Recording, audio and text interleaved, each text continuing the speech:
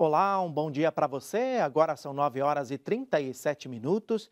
Vamos juntos para mais um boletim de notícia ao vivo, direto de São Paulo, nesta segunda-feira, 3 de abril de 2023. Estamos na Semana Santa, período em que celebramos o mistério da paixão, morte e da ressurreição de Jesus Cristo. E aí você vê imagens da capital paulista, região da Vila Mariana, sol com algumas nuvens, mínima de 15 e máxima de 27 graus. E já vamos direto para Roma, porque após alguns dias internado, o Papa Francisco recebeu alta no sábado e celebrou o Domingo de Ramos na Praça São Pedro. Nossa correspondente Joyce Mesquita tem todas as informações. Bom dia, Joyce. Bom dia, bom início de Semana Santa a todos. Francisco mostrou estar se recuperando bem dos últimos dias. Além da celebração, o pontífice rezou o Ângelus e fez o tradicional passeio de papamóvel entre os fiéis que lotaram a Praça de São Pedro. Em sua homilia, o Santo Padre meditou sobre as palavras pronunciadas por Jesus na cruz, que nos levam ao coração de sua paixão. Meu Deus, por que me abandonaste? Segundo Francisco, o verbo abandonar na Bíblia é forte. Aparece em momentos de dor extrema. O Filho único, amado, experimenta o abandono, o afastamento de Deus por nós, para que nos abismos do abandono possamos encontrar esperança e deixar que Ele transforme os nossos corações de pedra em corações de carne. O Santo Padre reforçou que Cristo abandonado nos impele a buscá-lo e a amá-lo no abandonado. E nos pede para que tenhamos olhos e coração abertos aos prisioneiros, os doentes não visitados, os idosos descartados e aos migrantes que se tornaram apenas números. E fez um apelo: não fomos deixados sozinhos por Deus, cuidemos daqueles que são deixados sozinhos. Após a missa, Francisco rezou o Ângelus e agradeceu pela participação e pelas orações dos fiéis que se intensificaram nos últimos dias pela sua recuperação. O pontífice dirigiu uma bênção à Caravana da Paz, que partiu da Itália para a Ucrânia nesses dias, levando proximidade ao povo ucraniano, e convidou a nesta Semana Santa nos unirmos a este gesto em oração. De Roma, Joyce Mesquita para o Boletim de Notícias. Obrigado, Joyce. E a reunião do Papa Francisco com dirigentes do Instituto de Segurança Social da Itália está entre os destaques internacionais de hoje. Não há precariedade ao trabalho não declarado. A sociedade se levanta se for solidária. A afirmação é do Papa Francisco e é destaque do Vatican News. O Papa recebeu em audiência na manhã de hoje os dirigentes do Instituto Nacional de Segurança Social e sublinhou que o sistema previdenciário na Itália é uma forma de bem-estar e que une as diferentes gerações, mostrando que somos todos dependentes uns dos outros. Polícia russa prende mulher por atentado que matou blogueiro pró-guerra. A notícia está no destaque do The Guardian. A polícia russa prendeu uma mulher suspeita de provocar a explosão que matou um proeminente blogueiro militar russo pró-guerra em um café no centro de São Petersburgo neste domingo. A imprensa russa diz que a bomba estava escondida em uma estatueta do blogueiro que a suspeita lhe deu de presente momentos antes da explosão, que também feriu mais de 30 pessoas. Estimativas do Operador Nacional do Sistema Elétrico indicam que os reservatórios usados para gerar energia devem encerrar o período chuvoso com o maior nível em 12 anos. E os países produtores de petróleo devem reduzir a produção de barris. O Francisco Coelho tem as informações. Bom dia, Francisco. Bom dia para você e para todos. A OPEP, Organização dos Países Exportadores de Petróleo, anunciou a redução na produção diária de petróleo nesses países que fazem parte da organização. Até maio, a expectativa é de uma redução de cerca de 1 milhão de barris de petróleo por dia. Até julho, a expectativa é de redução de cerca de 1 milhão e 600 mil barris de petróleo a menos no mercado de venda.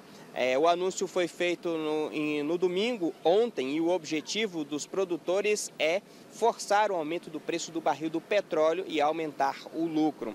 No mês de março, o barril do petróleo fechou cotado a $80. E mudando de assunto, dados do Operador Nacional do Sistema Elétrico, ONS, mostram uma melhora nos níveis dos reservatórios de água das regiões Sudeste e Centro-Oeste. No fim do período de chuvas, que deve ocorrer por volta do dia 30 de abril, a expectativa é que os reservatórios alcancem 85% da capacidade. No mesmo período do ano passado, eles estavam com 66% da capacidade. Em 2021, o baixo nível dos reservatórios provocou um aumento nas tarifas de energia elétrica. O sistema teve que colocar em operação as termoelétricas, que são mais caras. Lembrando que mesmo com esse alto nível, é importante economizar água. Eu volto com vocês nos estúdios em São Paulo. Obrigado, Francisco. A campanha nacional de vacinação contra a gripe começa no dia 10 de abril, só que alguns estados já decidiram antecipar a imunização. É o caso de Minas Gerais, que começa hoje. A campanha de vacinação contra a influenza começa hoje. A decisão de antecipar em uma semana o início da campanha foi da Secretaria de Estado de Saúde, que pretende, com a medida, reduzir possíveis complicações decorrentes das infecções pelo vírus da influenza. A expectativa é que mais de 8.500.000 pessoas sejam imunizadas em Minas Gerais. Lembrando que nesta primeira fase podem se vacinar os chamados grupos prioritários, como idosos acima dos 60 anos, gestantes e puérperas, crianças entre 6 meses e 6 anos. A campanha vai até o dia 31 de maio. Temperatura mais amena nesta segunda-feira em algumas regiões do Brasil. Confira os detalhes na previsão do tempo.